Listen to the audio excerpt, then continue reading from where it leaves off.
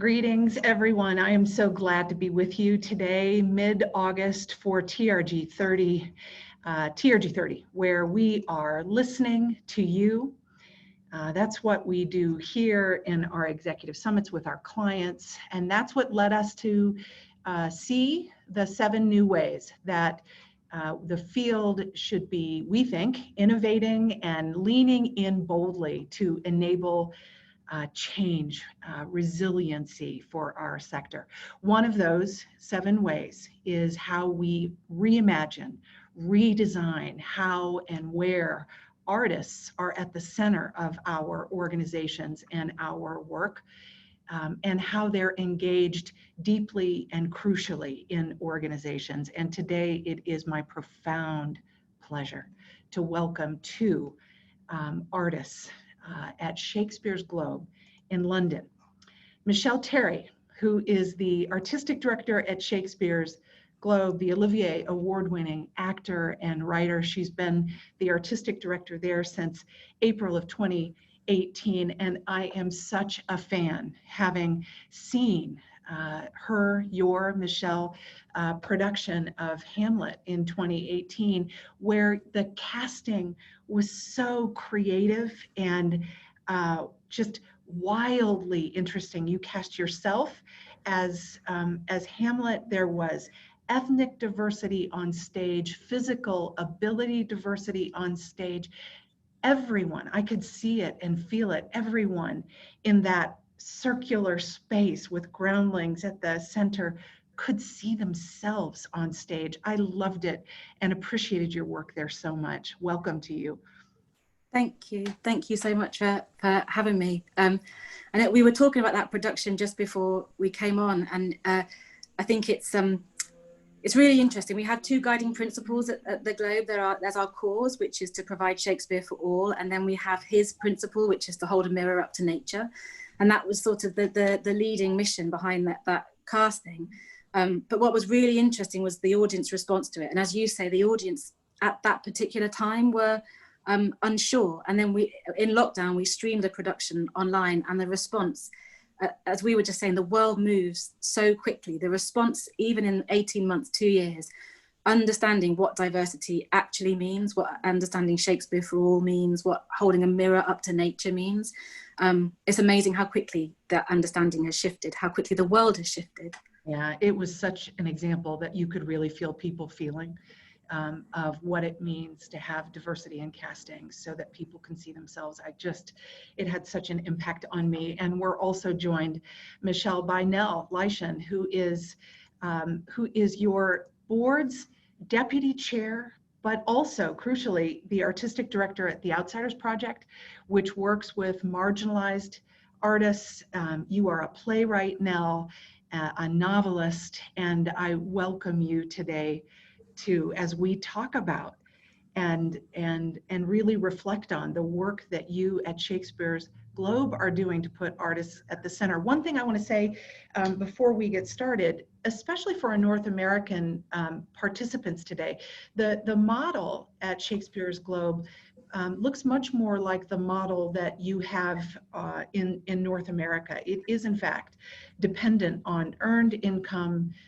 Fundraising income is not supported by government sources of income, even though you operate in the UK, in London. So Nell, we'll be talking with you about that and other things as we start this conversation. And in fact, I want to give you the mic first and ask you to bring us up to speed, because the Shakespeare's Globe has had an intention already manifest in putting artists at the center of the way that it operates you are deputy chair of the board, and you initiated and began the creation of something called the Creative Council. So welcome to you, and can you just get us up to speed on that intention and where you're at right now?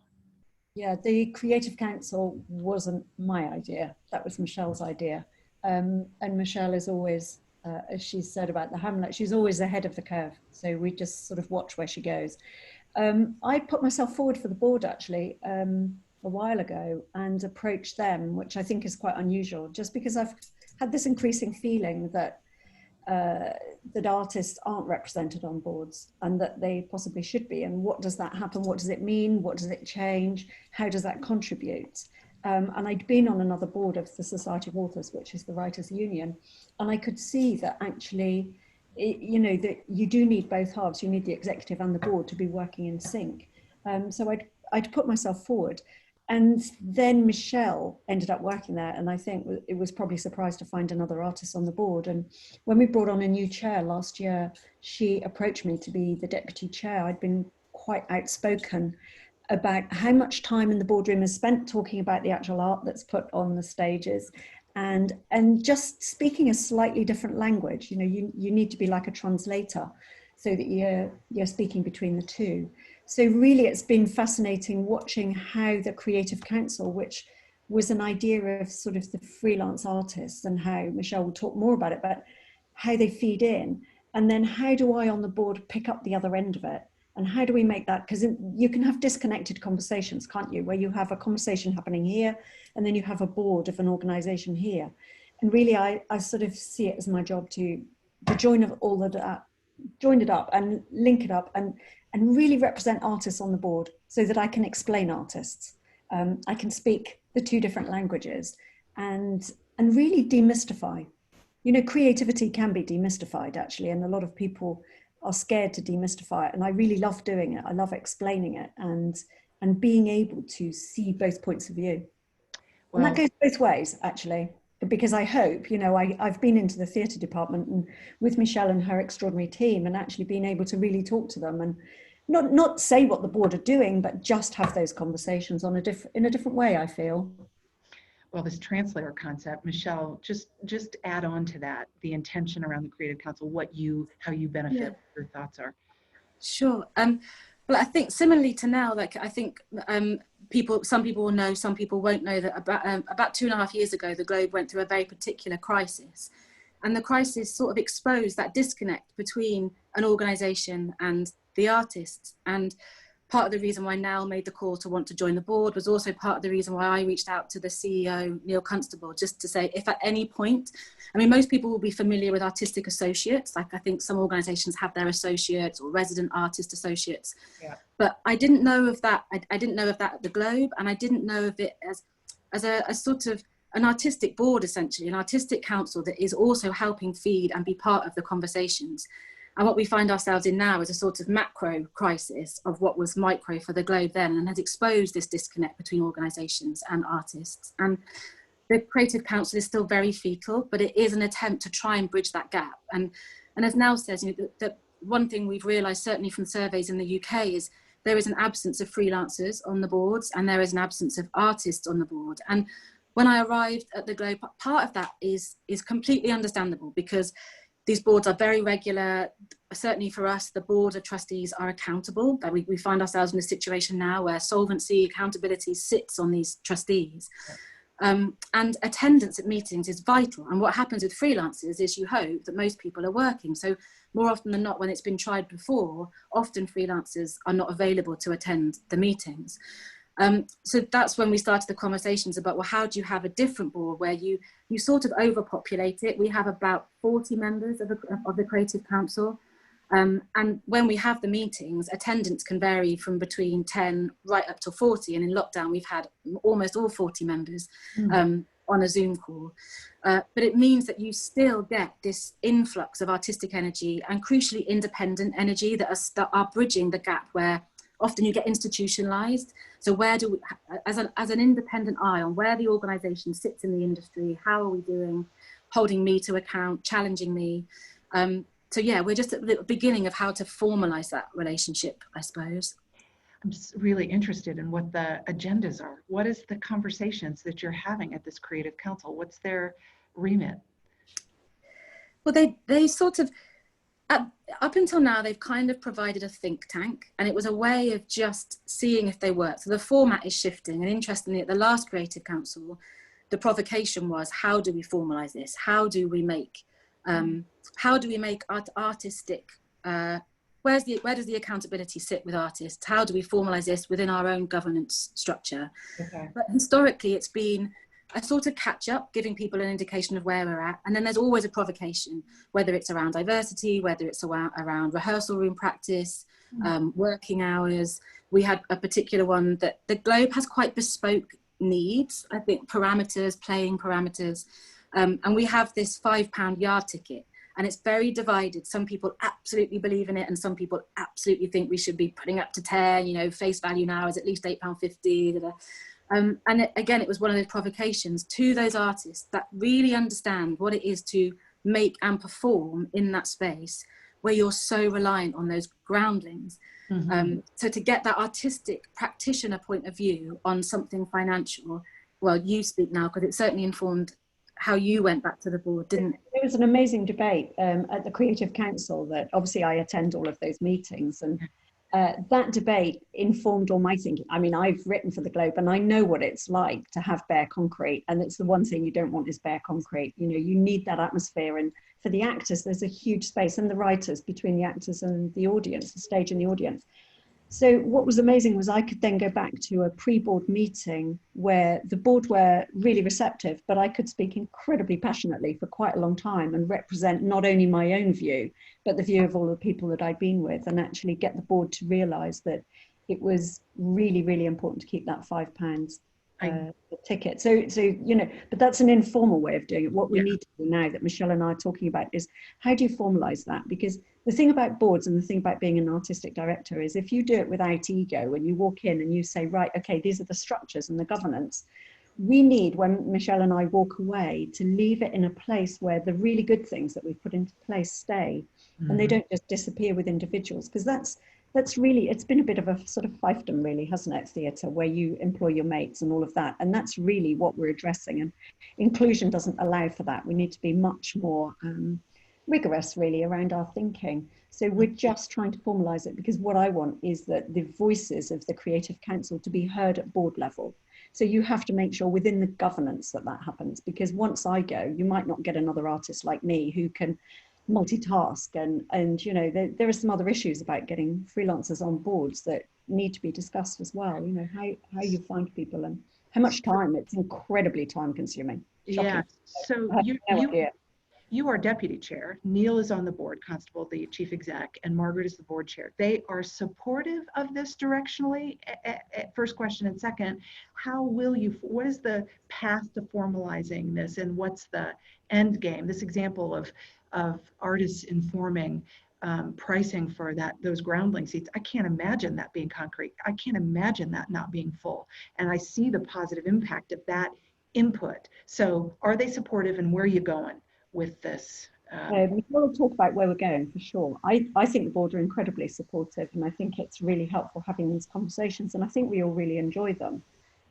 So that's fine. And I think getting into the structure, I've actually worked out a way of doing it. So I'm just about to put that into place to make sure that an artistic committee, which is made up of board members who aren't the artists on the board as well, so that we can have these amazing conversations and they can be part of it.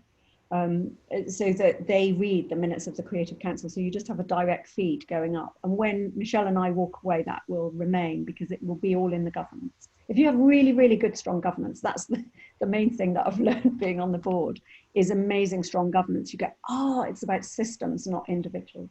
Yeah. Michelle will talk about the end game, because the Creative Council was her idea.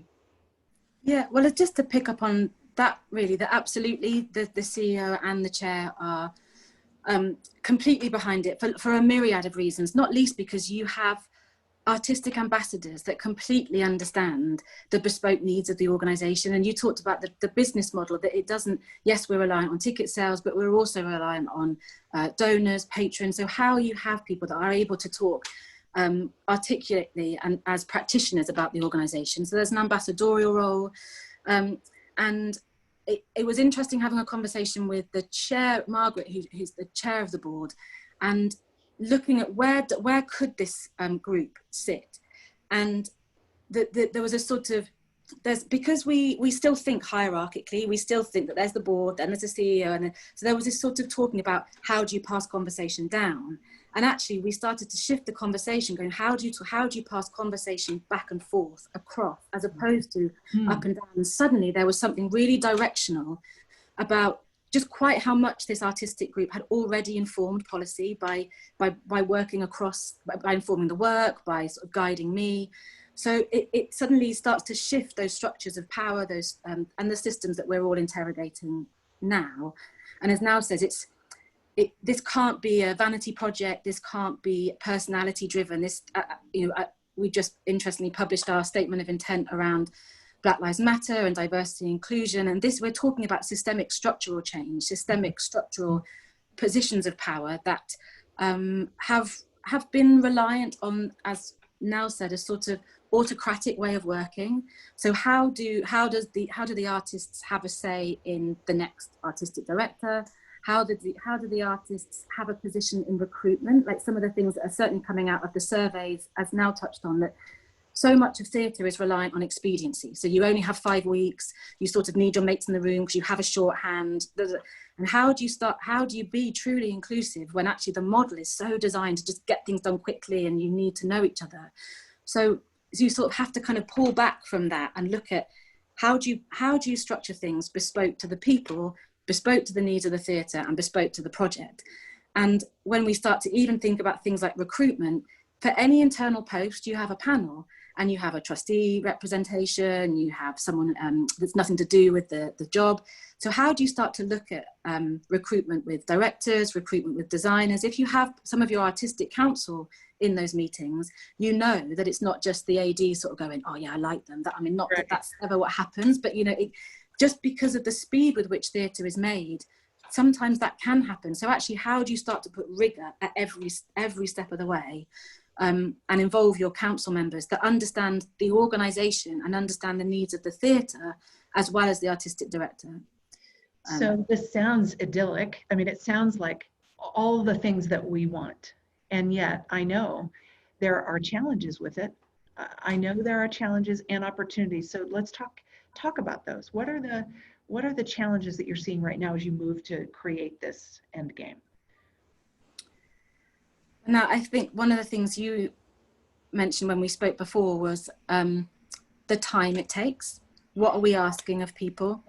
And how do you protect? I mean, just one thing I feel quite strongly about is how you protect artists to do the things that they are brilliant at, which is be artistic, be creative, troubleshoot, and protect them for the things that the expertise on our board is unbelievable. But as Nell says, it's a completely different conversation. And often I sit there as an artist going, oh my, I need to like go away and sort of like Google every single word that anyone said to even understand what the conversation was. So how do you keep those two conversations separate, but give them equal weight? But now you'll probably talk about the time it takes, and that most freelancers are not. How do you afford that time? How do you? Yeah, this is another problem, isn't it? Because you are only going to get people on a board who can afford to spend that much time, who are unpaid and can afford to spend that much time. And I did actually check, but the Charity Commission, and obviously the Globe is a charity, doesn't allow me to be paid for the work that I do. So it has to be voluntary. And that is a really serious question. And to be honest, I'm only just starting to ask myself the question, because obviously being made deputy chair just before the pandemic, there is a co-deputy chair, by the way, who has extraordinary business skills, who I work with, who's amazing. Also, I think there's a really interesting, I just checked the first question in the Q&A is, how do you teach artists about business? Well, actually, not all artists are the same. You know, we're all incredibly different people, and I do have business skills, and I did work in as a film producer before I turned to writing. So it is possible to find people who can understand that. You know, the environment could be very intimidating if you didn't understand some basics, I suppose, about business. But, you know, people are incredibly kind and will help me on those areas. But the time and the money really is a really serious question. Yeah, I know that's real. And I know these questions because Stephen is here, is going to be, they will come. But the training, the cross training seems like a real opportunity. And the segue that I give to you, Stephen, is to say, with some of our clients, we think about how can organizations that are built around business learn from artists. And I just feel like, oh gosh, there's such opportunity for that. But Stephen, I cede the floor to you. Help us get at the questions that people have in the room. Yeah, sure. Now that was the perfect segue into the questions, and quite a few have tumbled in even now. And Ben asks, and I think this is good for our international audience, around the UK board expectations. So does the UK have give or get expectations? And if so, does the artists meet these expectations? Ben says in the US, there have been theatres that have exempted artists from those considerations, which has inadvertently created a two-tiered board, right, where artists have been somewhat infantized in discussions about non-artistic issues and in making decisions about financial implications. Yeah, I can see that could happen really easily. I mean, I weigh in straight away because I think one thing that artists can do is be direct and ask direct questions. And we're sort of masters of dialogue. So, you know, when there's a subtext going on, I'll puncture straight through it and I'll ask a question. And really, there's a huge value in an artist sitting there and saying, but why? Why are we doing that? You know, really simple questions. And you can hear a sigh of relief when you ask the incredibly simple, direct question. You know, why would we do that? I don't understand what your thinking is. Can you explain it again? And I think there's something amazing about being able to do that. I wouldn't want a two-tier system at all. And if I was infantilized on the board, I would say it within a second. You know, I need to be treated as a serious board member. And I think that's the joy of the balance of those two worlds, that they exist. We talked about at the same time about them being two very, very different planets, but absolutely needing to exist in the same universe. That what one is about being quantifiable and one is about absolutely being unquantifiable, relying on being unquantifiable, relying on every single sentence ending with a question. And also we have a different time frame. You know, we work in, like, we eat, even on a worse job, you have 6 weeks to try and figure out how to figure something out. We allow ourselves time and we allow ourselves curiosity, but somehow those things are not seen as qualifications. So how do you elevate those things as qualifications?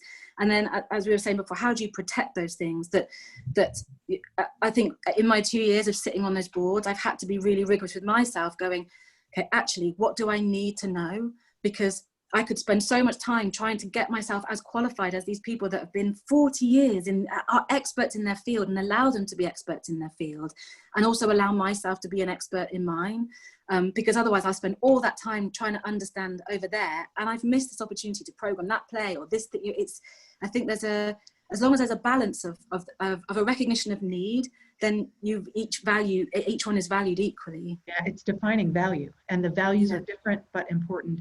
Is there a fundraising requirement at the board level at Shakespeare's Globe?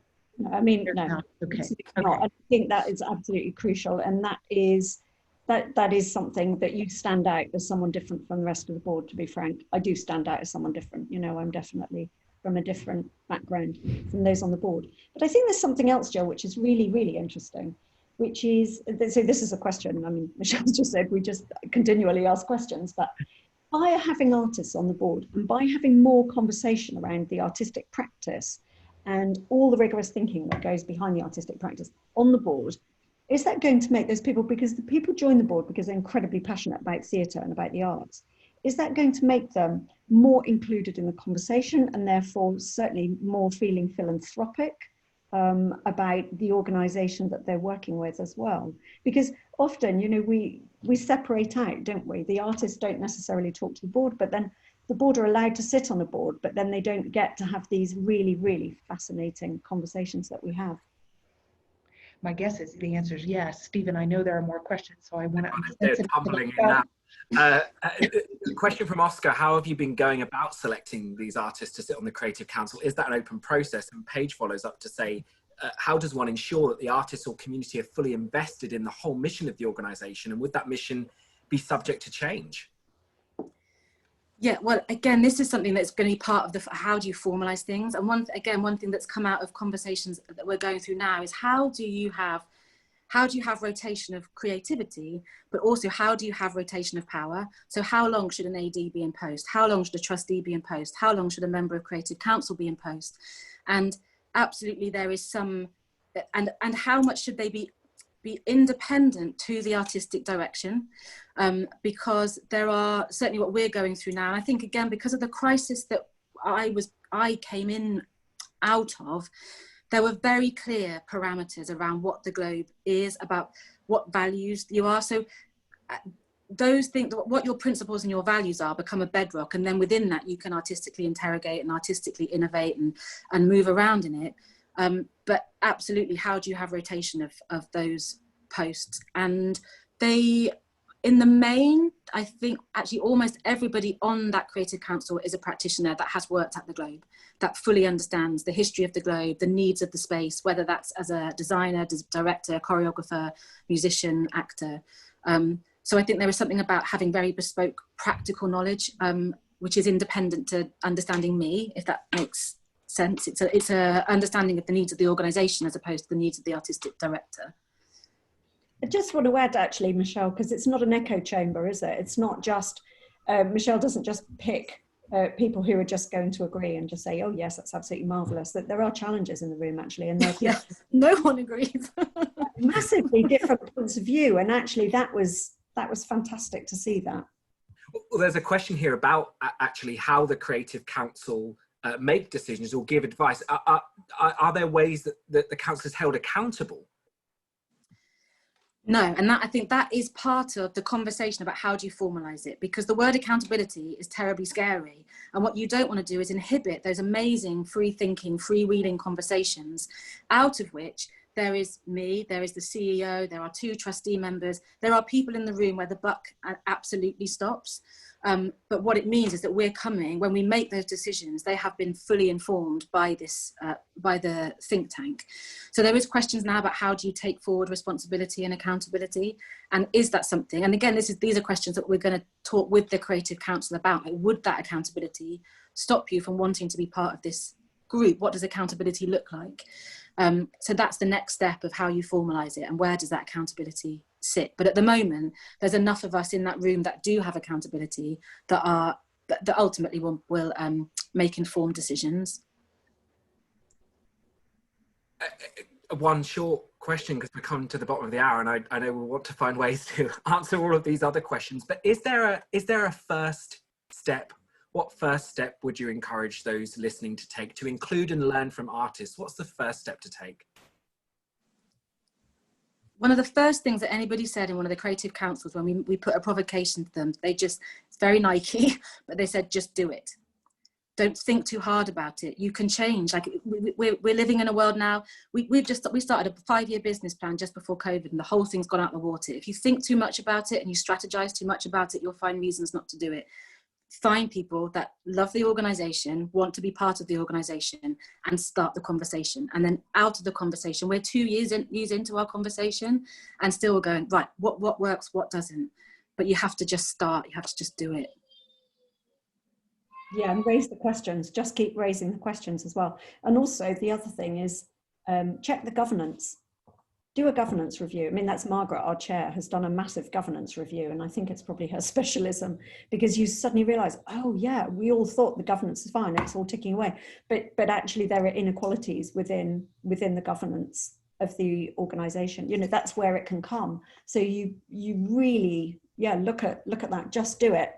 Have the conversations, and then start making the changes that need to happen. There've been quite a lot of changes. Listen, I know there are more questions than we can answer today, and so Nell and Michelle, I don't know how, but we're going to see if we can't get them forwarded to you so that we can ensure that the answers and the energy that's in this conversation can happen. Artists at the Center is one of the bold ways that we believe the sector needs to shift, and you are doing it. And I am so inspired, and I know that this group is inspired. Next week, if you'll hang with us for 1 second, next week, Joe Hodge, who is the artistic director and chief exec at the Guthrie Theater in Minneapolis here in the States, will be with me talking about their evolution, as they were one of the first to make the decision to postpone their season until this coming March. We'll be talking about governance and new business models, and we've got a couple of authors on deck, lots to come in TRG 30. But, you know, most importantly, I want to, while we're asking all of you to provide your feedback about today's session, I want to thank you, Michelle and Nell. TRG 30 is made what it is because of guests and topics like this one. I am so grateful to you, and to you, Stephen. Send us out with one